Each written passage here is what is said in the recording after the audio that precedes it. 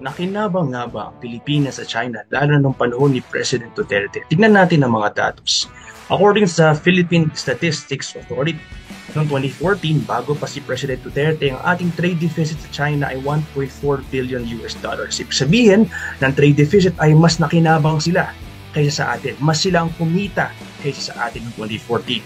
Same scenario noong 2015, ang kinita ng China sa atin ay 5.2 billion dollars. Wala tayong surplus sa kanila, meaning mas sila ang nakinabang sa atin, more than tayo nakinabang sa kanila ng 5.2 billion US dollars. Pagdating naman ng 2016, ang binili ng China mula sa atin ay 12 million US dollars, pero ang kanilang binenta naman sa atin ay 15, nasa 15.9 US dollars, meaning kumita sila ng ilang milyong dolyar pa sa atin 2016, yung first year ni President Duterte.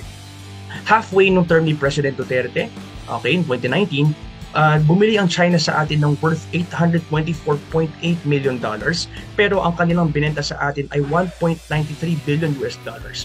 Meaning, almost 1 billion US dollars ay nalugi tayo sa kanila. Nagkaroon tayo ng trade deficit sa kanila ng more than 1 billion US dollars. Pagdating naman ng 2021, meron tayong 15.2 billion na US dollars na trade deficit sa China. So sabihin, mas nakinabang sila sa atin more than sila nakinabang, more than tayo nakinabang sa kanila.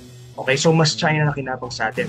At alam naman natin na hindi na i-deliver ni China ang kanyang mga pangako kay President Duterte, kaya siguro yung ating incumbent admin na President Bongbong Marcos ay nag-iiba ng policy when it comes to dealing with China. So yun lang po. Yun po ang mga datos. Mas nalugi tayo sa China. So ibig sabihin, kailangan natin ng pagbabago. Kailangan na mas maging fair sa Pilipino ang ating pagtungo sa bansang ito.